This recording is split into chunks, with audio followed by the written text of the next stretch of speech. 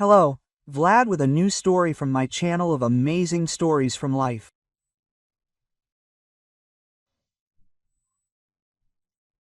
When Nastia landed a job as a cleaning lady at a large international business center, she wasn't exactly over the moon, but it was still a real stroke of luck. The salary was something she'd never even dreamed of. It just so happened that at her previous job, where her position matched her education, her income was barely enough to live on. Attempts to find something decent over the past 6 months hadn't yielded any positive results. Then this vacancy appeared.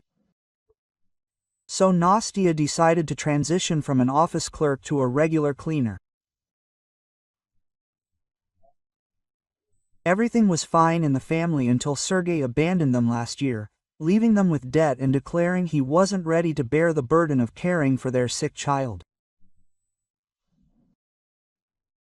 Sveta, who suffers from a rare hearing disorder, needed expensive treatment. They didn't have the necessary funds, but they had the means to save up.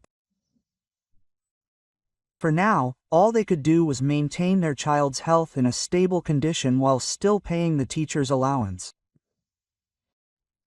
At the time, Sergei worked in the very office where Nastia had found a job. He was doing well, although there were occasional complications, attributed to his inattention and, occasionally, his attitude. For some reason, he got away with everything, as they say, for a while. But then came a time when Sergei committed such a serious offense that management immediately got rid of him.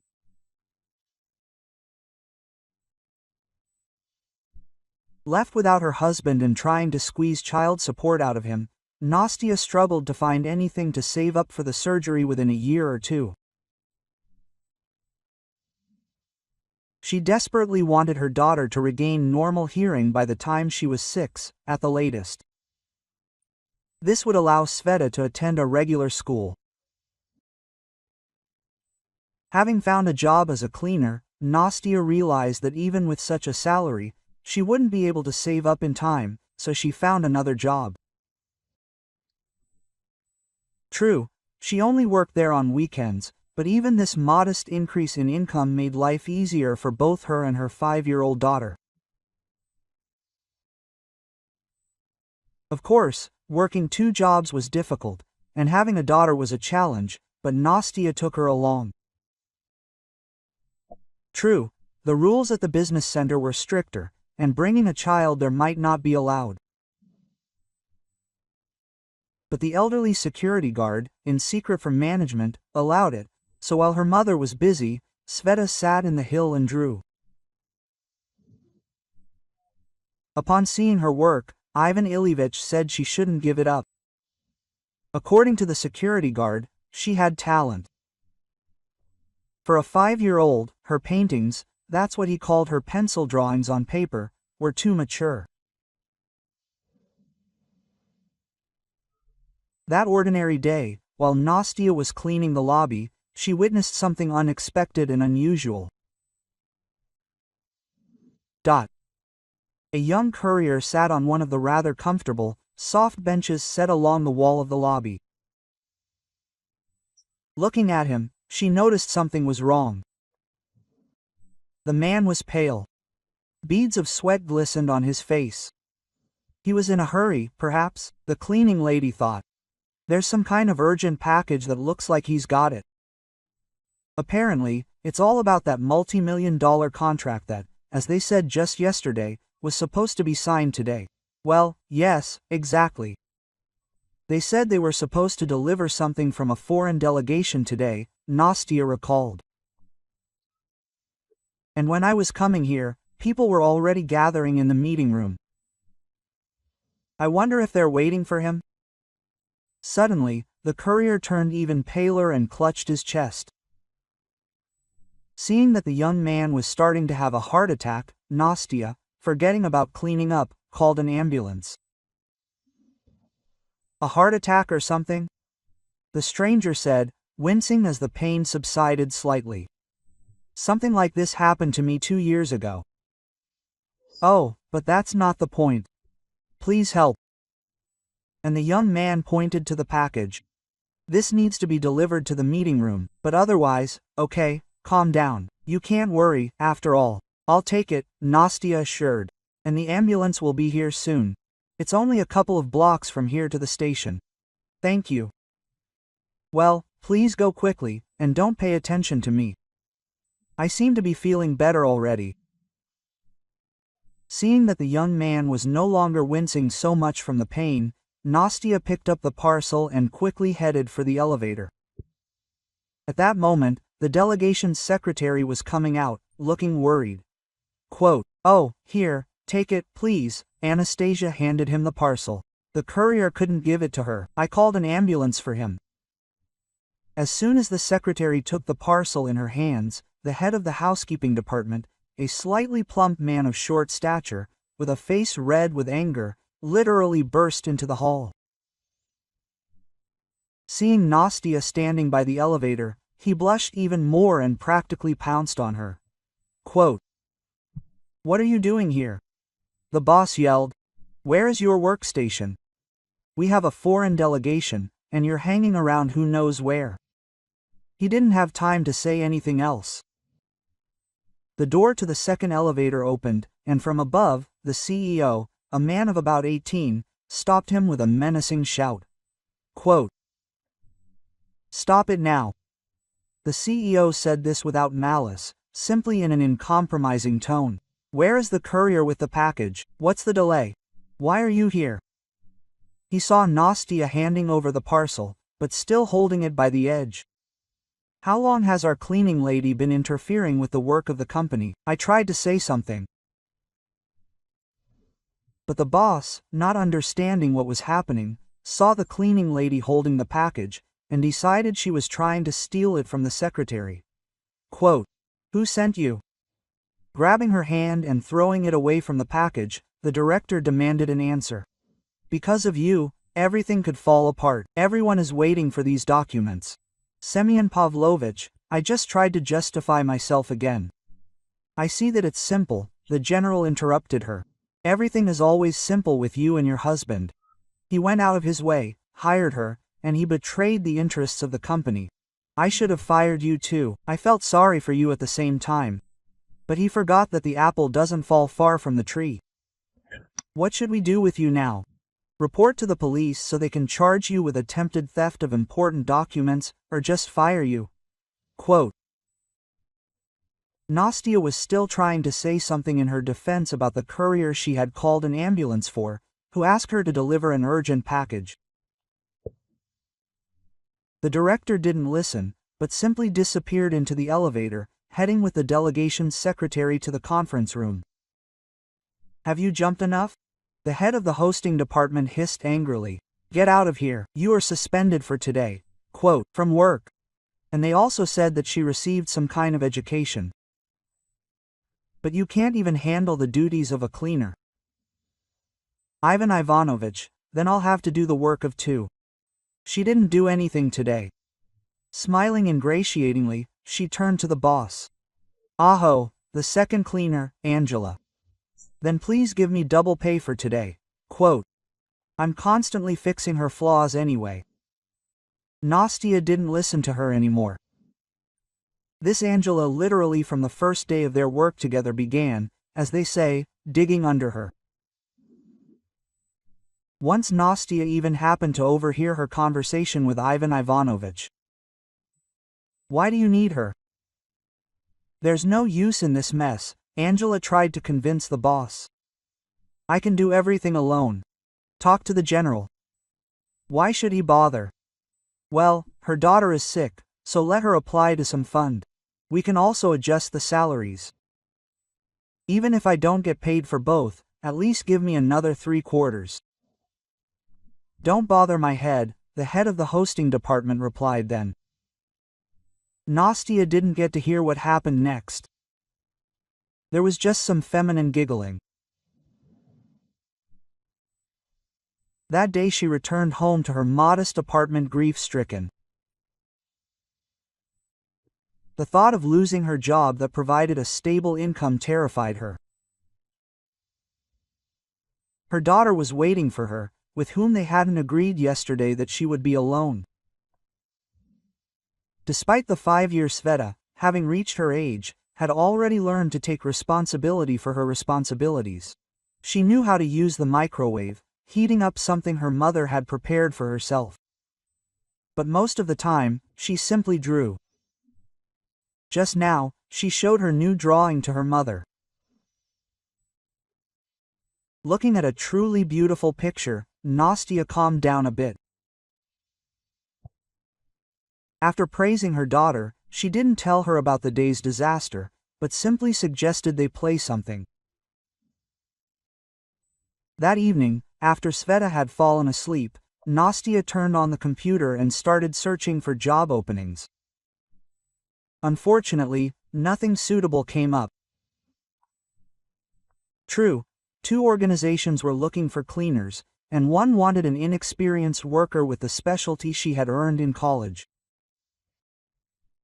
However, the latter offered a very small salary. In the morning, there was no need to rush. She had to come to the office only after lunch, because there was some event there that evening. I don't know whether they kept her job or fired her, but the young woman decided to start looking for openings again. Quote, "You need to come urgently," Nest informed the CEO's secretary, who had called her. "And no after lunch, immediately, you have half an hour to get there." Quickly explaining to her daughter that she would have to be home alone again, Nastya went outside. She hurried to the bus stop and wondered what such an urgent call could be connected with. Had they really called the police? And now they'll charge me with theft or an attempt to disrupt a deal? Quote, Nastya thought, already entering the lobby. Ah, she's here. Angela reacted to her appearance with caustic surprise. I'm working here alone for 2, and she's lounging around. Not paying attention to her partner, Nastya went into the elevator. Of course, it was easy to climb to the 2nd floor by the stairs, but she was afraid. Suddenly she would meet someone on the way and unnecessary questions would begin. But the secretary, a young, calm girl, tore herself away from the monitor, condescendingly nodded to her, and with a regal gesture she pointed to the director's office door.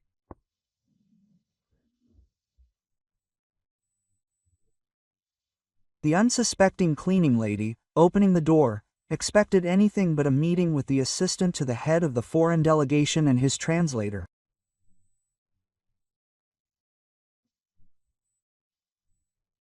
Seeing Nastya, the pleasant-looking young man smiled and announced that he had come to thank her. The translator spoke fluent Russian, only occasionally revealing a slight accent. You didn't just deliver the package yesterday, you actually saved everything, the translator said. And most importantly, you saved the courier. For that, I owe you a special thank you. He was hospitalized with a massive heart attack. If it weren't for your reaction, the consequences could have been tragic. The CEO listened to all this in surprise. As Nastya understood, he hadn't been warned about the purpose of her urgent call. The translator also noticed the manager's misunderstanding. Turning to Semyon Petrovich, he briefly explained to him what had happened yesterday, and then turned back to Nastya. Our management has decided to thank you with more than just words, the man said, smiling. Here, take the cash reward for the service rendered. He handed her an envelope. And also my business card. If you need help, call. I'll be happy to help you. Although the CEO agreed that the technician had indeed saved the deal yesterday, which meant he had to say something about it, he still, judging by his tone, did not change his attitude towards her. He assured her that firing her they won't, since everything wasn't going as it seemed to him. He wished her success in a routine tone and said that he could go. Nastya left the office in an upbeat mood. She decided to open the envelope later. It would be best, of course, at home. And anyway, it was not advisable to show it to anyone here. And most importantly, to Angela. After all, she would definitely say something nasty about this.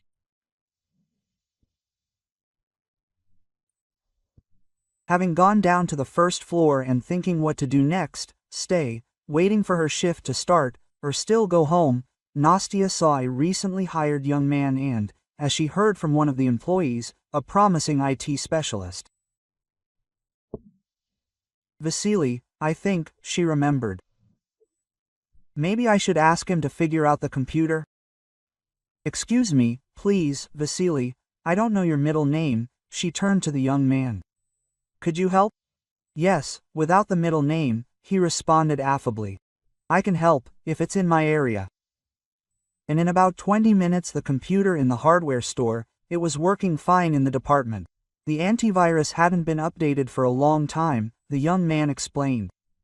And it was pretty loaded. Apparently, a lot of unnecessary stuff had accumulated. Quote. Sitting in the hostel, they talked for quite a while. Ayushnik turned out to be a cheerful and kind guy, who immediately took a liking to the quiet and modest cleaning lady. He advised her to suggest to the head of the hostel department that she find some time to sit at the computer and delete the software, which was now hopelessly outdated. And when he was leaving and had already opened the door, he suddenly turned around and, smiling, said, I completely forgot. I was told that yesterday you performed an almost heroic act and saved some important deal and a person. Quote. Oh, come on, Nastya said, embarrassed. I just called an ambulance and handed over some package. A couple more days passed. She was doing her usual thing, cleaning the CEO's office. It so happened that she accidentally knocked over the trash can, and some papers fell onto the floor. Putting them back to take the trash out, Nastya noticed a slightly wrinkled piece of paper. A printed diagnosis, determined during a medical examination, was clearly visible on it. Realizing that she was doing the wrong thing, she nevertheless read the text, and it followed that Semyon Petrovich had been diagnosed with cancer. He needed urgent surgery. It turns out that our unwavering boss, with his cruelty, was hiding his vulnerability from everyone, Nastya thought, continuing to work. And at some point, she even felt sorry for the director. She wanted to say something encouraging, warm, but she understood that she shouldn't do that. It's worth it. Semyon Petrovich tried not to think about the bad. He wanted to be strong, to cope with the illness. True, this strength often manifested itself in excessive harshness, but any words, even looks of sympathy, would be a real blow to him. That evening, the silence of their apartment was broken by the intercom. Nastya, open up, came Sergei's familiar voice. After all, I left the keys to the apartment, to the entrance, back when I did something stupid. No, not stupidity, but meanness. Listening to her husband, Nastya noticed that some changes had indeed occurred in him. Although, it's quite possible his words played a role. Sergei said that he seemed to have been purified, found himself in religion. And now he wanted to help his daughter. He brought gifts, choosing what she liked most. Nastya understood that Sveta had been missing her dad all this time, and now she was simply happy. She liked the gifts, but they weren't the most important thing. Sveta didn't want to go to bed. She sat next to her dad, staring at him, and despite her hearing problems, she understood him. The next day, an hour before the end of her shift, Nastya decided to help the elderly security guard sort through the old archives stored in the basement. Such work wasn't part of the man's responsibilities, but he had long since proven himself to be very attentive and responsible. Dmitry Andreevich knew which documents could be valuable and which were simply useless pieces of paper. Dealing with the old documentation wasn't difficult. True, it was time-consuming. The elderly security guard warned her right away that it would take at least a week to fully sort through it, and only if they worked for at least half a day, not just for an hour or two. Nastya enjoyed sorting through the archives. She looked with interest at the dates the documents were created, in some cases literally admiring them and internally exclaiming, "How long ago it was." She also tried to recall the events of that distant time. Events were happening in the city, the country, and even the world. On a shelf by the far wall of this basement room lay many folders. Dmitry Andreevich suggested sorting them first. He was busy with documents stored on the same shelf by the side wall. While looking through the contents of one of the folders, Nastya found an old, tattered work record book. It turned out that it was issued in the name of the general director's mother. According to the last entry, the woman worked as a technician at an instrument-making plant. Holding the work record book in her hands, Nastya pondered what to do: leave it in the archive or give it to the general director. After all, it was a memento of his mother, and she was surely dear to him. And then she remembered that her own mother, who had died several years ago, also worked at that plant. The find and the memories intrigued Nastya. She decided to try to find something else. Realizing that it was unlikely to be possible here in the basement, she decided to go to the regional archives, and there much more will be found.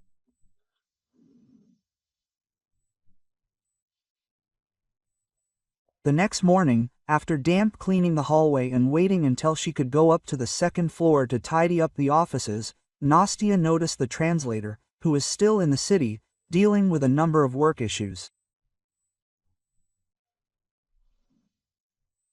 The young man greeted her warmly. Nastya returned the greeting. However, she couldn't pronounce the full name of this foreign employee. "Don't worry," the young man stopped her, smiling. "Just call me Harry. It seems to me that you are worried about something. Can I help you?" "I don't even know," Anastasia was embarrassed. "I just found an old document, and I wanted to know more." She briefly told her about her work record book, about her mother and how she lived and what worried her. After listening to her, Harry agreed that finding such information was indeed very interesting. "But if I were you, I wouldn't start with the archive. You know, when preparing for work in Russia, I did a lot, I reread it. In Soviet times, large enterprises usually had newspapers, and they were called multi-circulation newspapers. Why not first visit the city library? They should have old newspapers there, including those from the plant you're talking about. I don't know if such newspapers exist now, but there is information about those published in the 2000s. Maybe we should go there." Quote, the translator suggested. "Oh, I won't be able to." Nastya sighed regretfully. "I'm at work now. This turns out to be only a day off." "No matter, we'll solve this problem now." Harry smiled and headed to the office of the head of the economic department. A few minutes passed, and they left the office together with Ivan Ivanovich. "Well, go ahead," the boss said, looking at Nastya with surprise. "Angela will do everything. I'll assign it now. I just don't understand what kind of experience a cleaning lady can talk about to a foreign delegation." There were no visitors in the city library, and probably because of that, the employees sincerely assured Nastya and Harry that they would provide them with any assistance. They were led to the library archive, where they easily found the necessary files.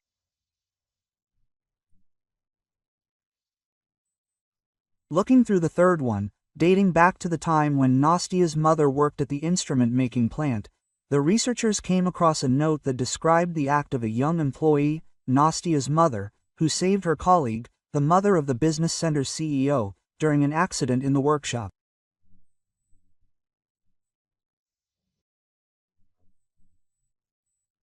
There was also a photo of Nastya's mother, taken against the backdrop of the rubble from which she managed to pull the victim out. The note also reported on how the CEO's mother was injured.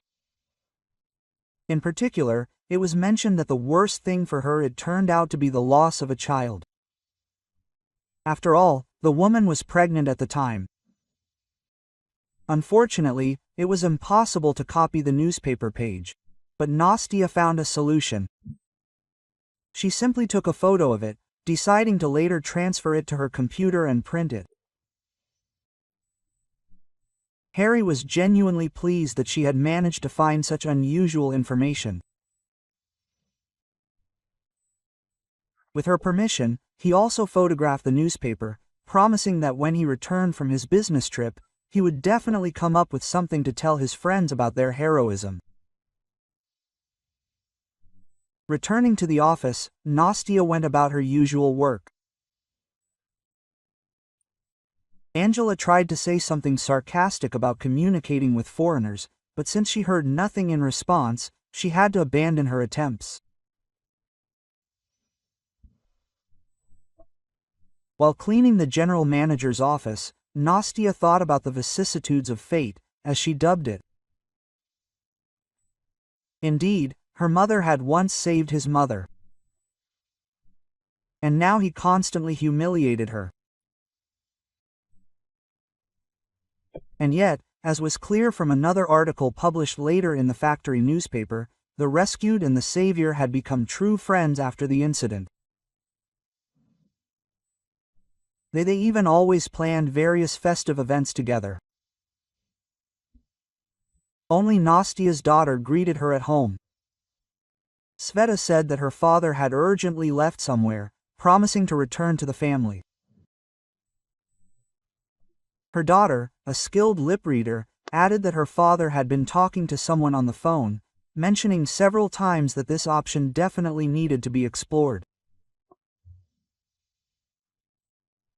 While talking to Sveta, Nastya, carefully enunciating every word so that she would understand, told her about her grandmother's heroic deed.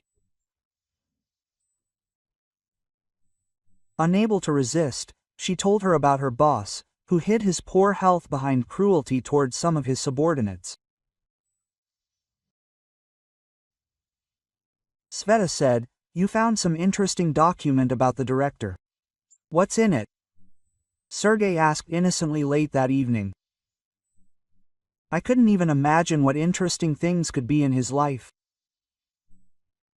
"Oh, nothing special. Just in case, I decided not to mention Semyon Petrovich's diagnosis to Nastya. Maybe later, quote."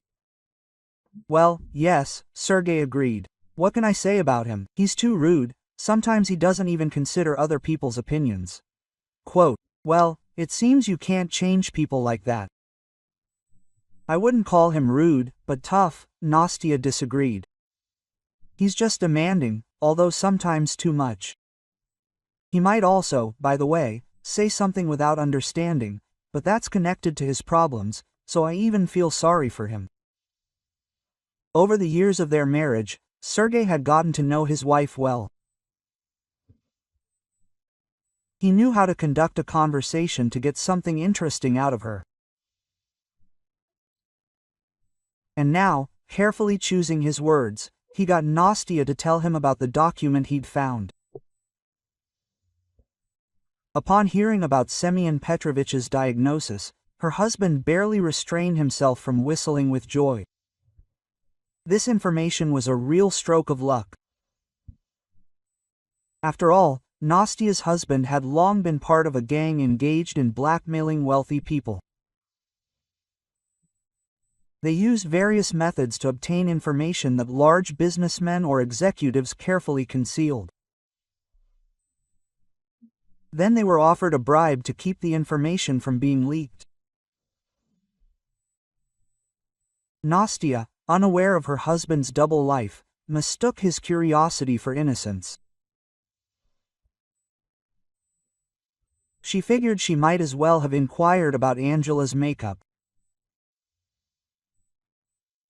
Meanwhile, Sergei, having gleaned this interesting information, continued the conversation to learn more about something else he'd heard from his daughter. Quote, "I was just putting Sveta to bed and had a chat with her," he said, smiling. "She's a good girl. She understands what you say to her by your lips. When she grows up, she might be recruited for intelligence. Seryoza, don't talk nonsense." Hearing his words, Nastia even became frightened. She needed to raise money for surgery. The doctor said, her hearing can be restored, but it won't happen without surgery. "Well, we'll put it together somehow." Quite skillful, Sergei sighed. But still, such an ability could come in handy. She's excellent at everything, after all. She didn't miss a word. "Oh, I almost forgot." She said, "Did you find some paper about Grandma?" "Well, about my mother, I mean, and about this CEO. But I didn't understand what the connection was." "That's not what I'm talking about. It's about his mother," Nastia clarified. "There are some old newspapers in the library, and an interesting story is described." Seeing that her husband treated her words with genuine interest, Nastia told her everything in detail. However, she forgot to mention that he took a photo of the article. They talked until the night, and Nastia was sincerely glad of his interest. It seemed to her that her husband had really changed. And it turns out that now they will begin a different life. Together they will be able to do everything possible for their daughter, and then she will go to a regular school and interact with other children. In the morning, getting ready for work, Nastia again had to cook food for Sveta for the whole day. She hoped that her husband, who promised that he would not go anywhere, would stay with her. But suddenly he remembered that a friend had called and offered him an interview in one of the companies. Nastia didn't know that Sergei had no intention of attending any interview. After seeing her to the minibus, her husband headed to a private clinic where his old acquaintance, Lyudmila, worked as a nurse. She had fallen into the blackmailing ring 3 years earlier. Since then, by communicating with similar nurses from various medical institutions, she had been obtaining information that, if skillfully managed, could provide a good income. Most often, these were diagnoses that it was desirable to conceal, but the rest simply became a tidbit, completely twisting the blackmailed person's arm. Naturally, Sergei didn't share the full information he'd received from his wife with Lyuda. He simply offered to obtain more detailed information about the general director's diagnosis. She didn't need much persuasion. She knew she wouldn't be deceived. After all, over the years, she had proven herself a reliable source of information, meaning that if she didn't receive what she had promised, she simply wouldn't work with Sergei anymore. Lyuda provided everything she needed only afterward. An hour later, one of the business center employees, also involved in their scheme, called Sergei and informed him that the request had been fulfilled, demanding a reward. Having met at the agreed-upon location, the criminals exchanged small packages. The business center employee unwrapped what Sergei had given him, counted the bills, and, with a satisfied grunt, pocketed them. Sergei, unwrapping his package and seeing only a flash drive, asked in bewilderment, "Is that all?" "Well, what did you want, for me to bring you a laptop?" He snapped. "There's a trade secret here, for which you can get as much as you didn't even pay." So, maybe the blackmailer asked an understandable question. "No, it won't work," the young man chuckled.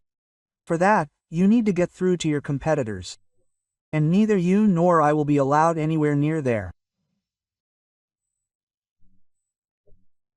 Of course, Sergei had the opportunity to implement his own plan immediately after receiving the document with details about the oncological disease, but he was afraid that something could go wrong with the time remaining before the end of the working day. It was worth acting for sure, so after carefully considering everything, he decided to wait another day. The flash drive. Sergei was going to discreetly plant his wife's purse, and then the very employee who got it was supposed to make a fuss, reporting it missing. And then the general director will immediately take action. No one will be allowed out of the building, a real search will be conducted, and Nastya will be accused of stealing a trade secret. But then he just needs to call the director and, informing him of the availability of complete information about the oncology, offer to hush up the affair with the cleaning lady for a large sum, in exchange for a guarantee of silence about her cancer. Sergei, who had previously worked at the business center, knew well that the general director was not only tough but also sensitive to matters of reputation. He didn't need a public scandal, as it could have an impact on the entire firm.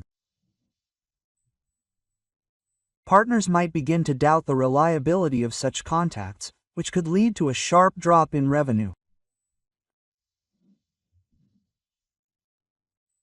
After the incident when Vasily helped with the computer in the housekeeping department, Nastya developed a friendly relationship with him.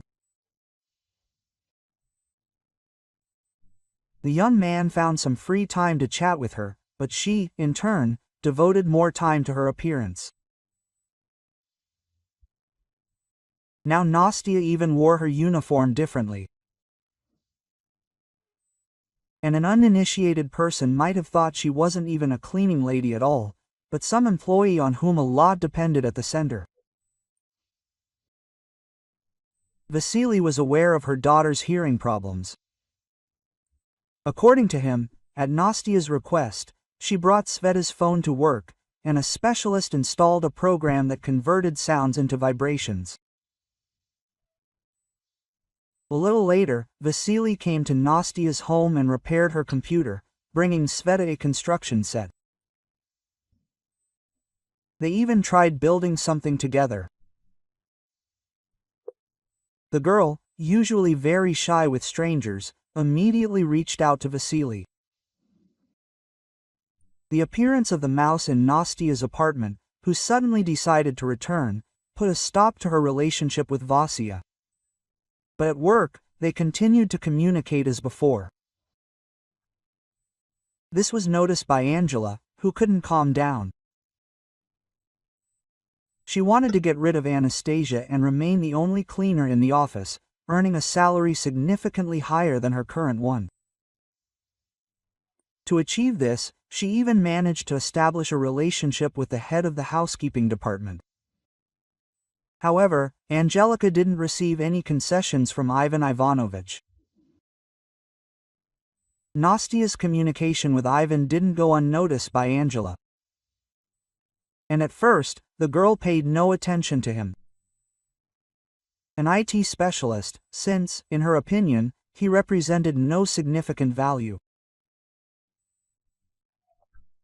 But from snippets of conversation among the staff, she realized that the young specialist was valued and believed to have a real opportunity to quickly advance through the ranks. This further alienated her from Nastya. Therefore, by arranging something against her, she would kill two birds with one stone, get rid of a competitor, and distance her from Vasily.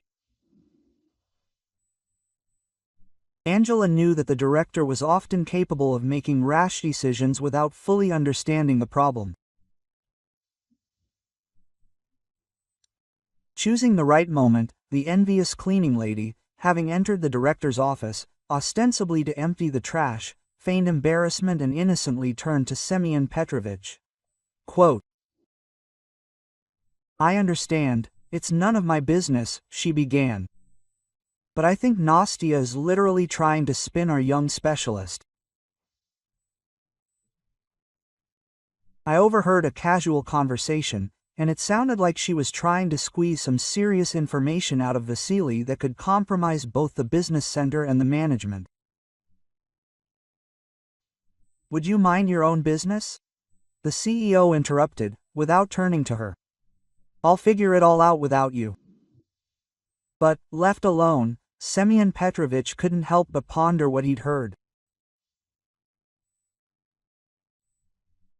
Comparing this with his suspicions about Anastasia's reliability, Vasily was indeed aware of matters that were not to be disclosed.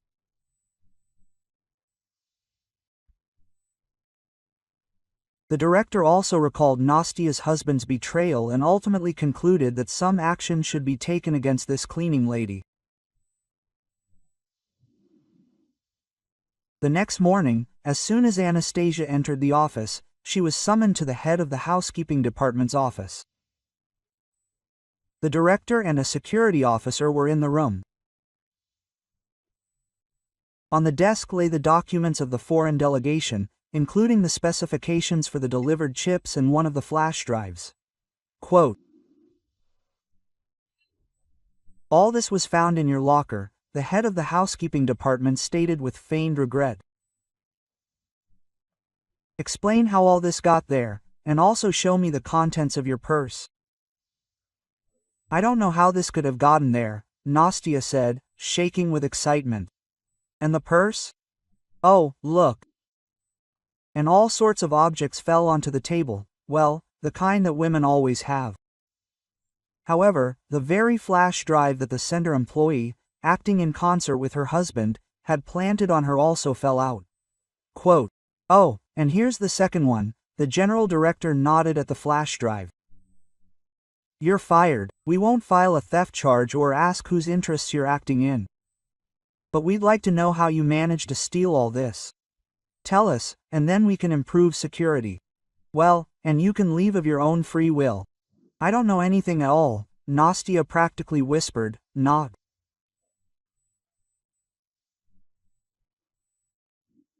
taking anything.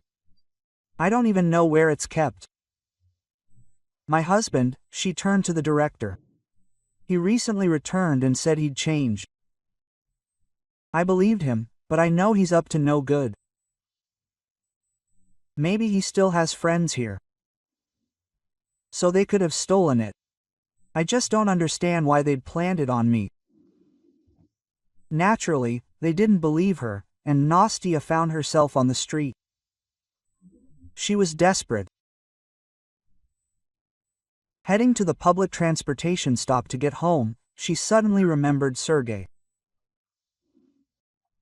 After all, she had no doubt that he had planted the flash drive in her purse.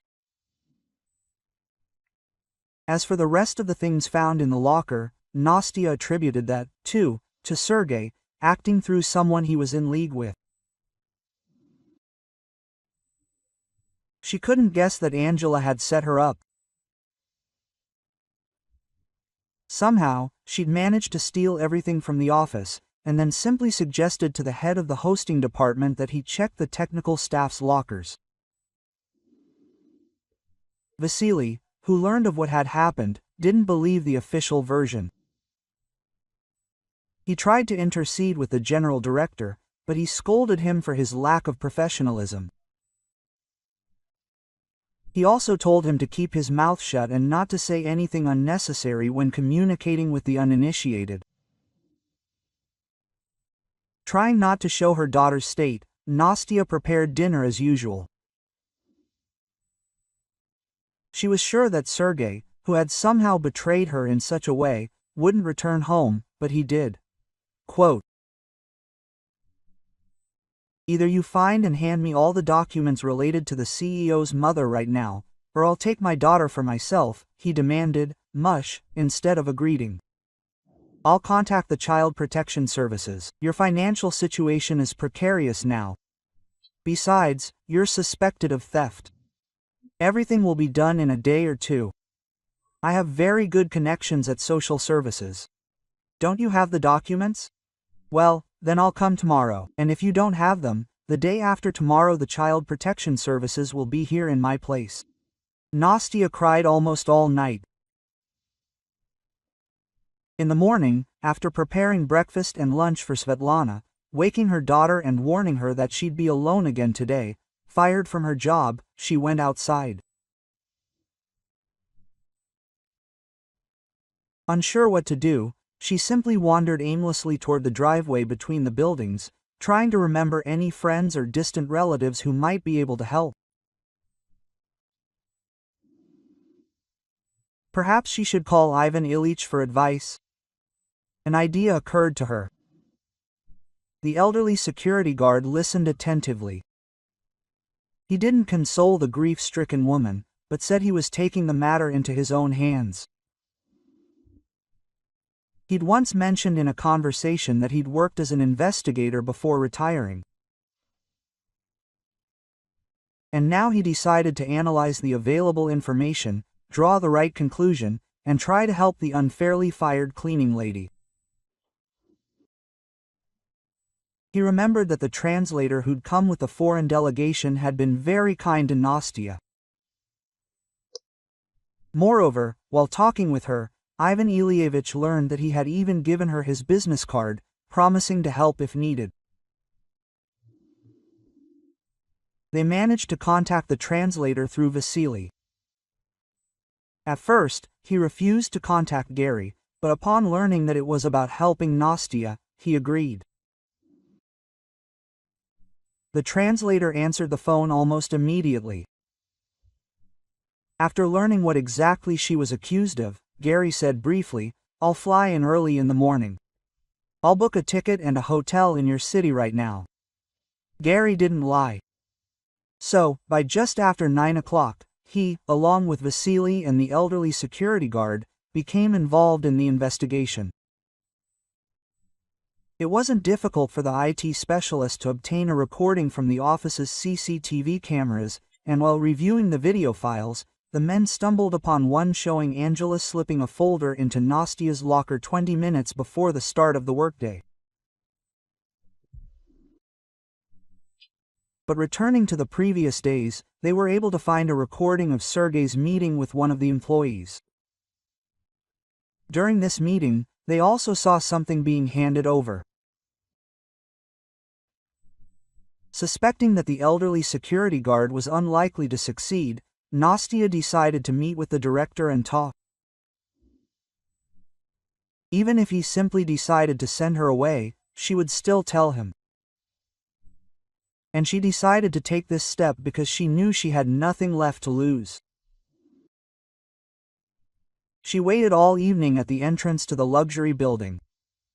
Finally, the director emerged.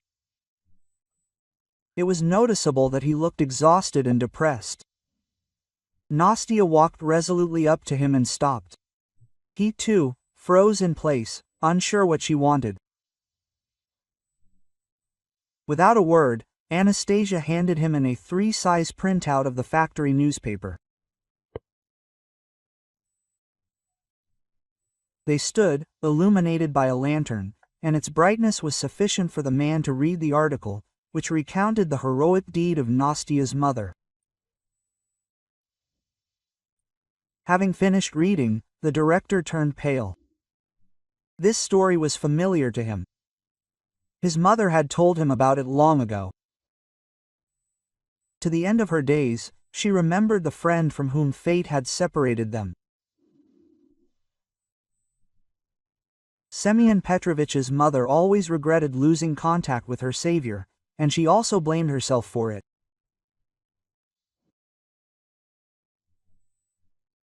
The CEO stood silently, for quite a long time. Then they heard approaching footsteps. A little further, and Vasily and the elderly security guard stopped next to the lantern light. They held out frame-by-frame printouts from the cameras installed in the office and at its entrance. Still silent, Semyon Petrovich looked through the photographs one by one. "I'll keep these for myself," the CEO finally broke the silence. Quote, "And you?" He turned to Nastya. "I'll expect you at work tomorrow. I'll cancel the order." His voice faltered slightly. "Forgive my vehemence. It's just, well, you know what I mean." Quote. The next morning, before Angela could fully express her surprise, she was informed that the CEO was waiting for her. When the cleaning lady entered the office, the same employee who had accepted the packs of coupers was already there. There was a lawyer here. Backed into a corner, the envious cleaning lady was forced to confess to theft. Caught red-handed, the employee tried to weasel out of it, claiming Nastya's husband had blackmailed him. "I won't insist on opening a criminal case, calling the police, or doing whatever else is required in such cases. I won't fire you under the law either." Semyon Petrovich paused. "But right now, both of you write your resignations, and in the meantime, I'll write the order."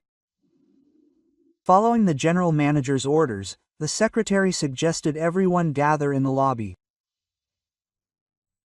Once the employees were there, Semyon Petrovich appeared. He offered Nastya an official apology and announced that he had reinstated her. Then, turning to her, he said, "I'm offering you the position of assistant to the head of the HR department. As I understand it, you have a secondary specialized education, which is precisely what you need for this type of work." Nastya returned home that day in high spirits, and even Sergei's call didn't dampen her spirits. Her husband had been calling her names and wishing her all sorts of misfortune, but he heard nothing in response. After waiting a while, Sergei hung up. After putting Sveta to bed, Nastya used her smartphone's calculator to calculate how long it would take to raise the necessary funds to restore Sveta's hearing. It seemed significantly faster than before. This was even assuming she finally gave up her part-time job and was able to properly rest on weekends. But she still couldn't send her daughter to a regular school on time. That was Nastya's conclusion. And then she began a new calculation, factoring in the loan she could take out to pay for the operation. She couldn't finish. Quote, "Nastena, sorry for calling late," came the familiar voice of the elderly security guard. "A good friend had just told me that Sergei had been detained at the airport. He was planning to flee abroad. It turns out he's involved in several fraudulent schemes, including extortion. The police hadn't arrested him earlier in order to identify all the members of the criminal group.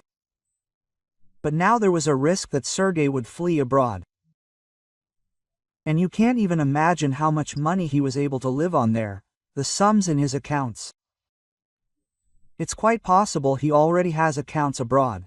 Quote, "What a scoundrel," Anastasia muttered. "I'm here collecting crumbs for Sveta's operation, and I never even thought about it before, but I think we need to file for divorce." Several days passed. Arriving at the office in the morning, Nastya heard a new cleaning lady standing in the hall say, "Semyon Petrovich asked me to tell you to come to him straight away." She thanked him and headed for the elevator. "Excuse me, Anastasia Ivanovna." The director greeted her, rising from his desk. I only learned yesterday about your daughter's illness and that she needs an operation. I have connections, and I managed to arrange it. She'll have the surgery within the next month, and he'll be the best surgeon. Don't worry, he has excellent reviews. And don't worry about the payment. The company will cover all expenses. Why are you doing this? Nastya asked, embarrassed. We can handle it ourselves. Don't refuse, the CEO stopped her. My family is in your family's debt. A short time later, Nastya received official notification of the surgery date. It also included a document detailing the preparations. Ivan, with whom she was growing closer, took an active part in Sveta's preparations, and even talked to her at length, convincing her not to be afraid and that everything would be fine. And when she returned home, she would be able to communicate with him and her mother simply by listening, not by lip reading. A specialist who had flown in from abroad as part of a collaboration and stayed on for an extended period to work at the business center contacted a medical foundation specializing in hearing disorders in children. Soon, a substantial sum from abroad was deposited into Nastya's account. Despite her protests and Harry's assurances that she was fine, he replied that rehabilitation was essential after the surgery, but, as the foundation explained, it required corresponding expenses. On the day of the surgery, Nastya and Vasily were at the clinic. The young man tried to reassure her, but she noticed how nervous he was, perhaps even more so than she. She also remembered Vasily's interactions with Saint. They weren't just friends, they were literally like family, Anastasia thought, furtively wiping away a tear. Finally, the surgeon emerged. You, the parents? He asked. Yes. Nastya and Vasya answered in unison. The surgery was a success, the doctor announced. Now the child needs rest. Since she's still little, Mom can stay here until the day of discharge. The second bed has already been installed in the ward. Oh, Nastya worried. I forgot about that. I need to write a statement at work and get my things ready. I'll organize everything now, Vasya reassured her.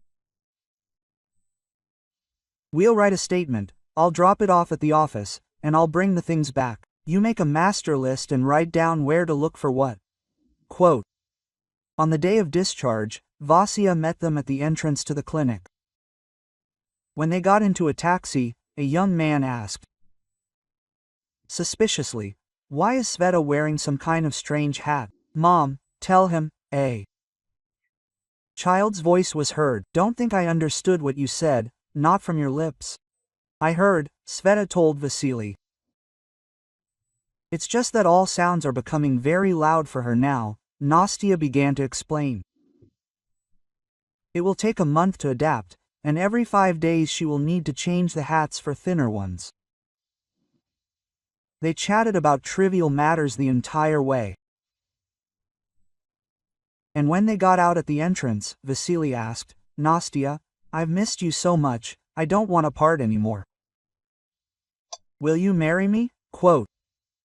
Yes, he heard in response. Then I suggest we stop at home, feed Sveta, and then go to the Zak's office, he said. A month later, they had a noisy, beautiful wedding. If you like this story, please support me with a thumbs up. It's just one action for you, but it means a lot to me. Thank you. M.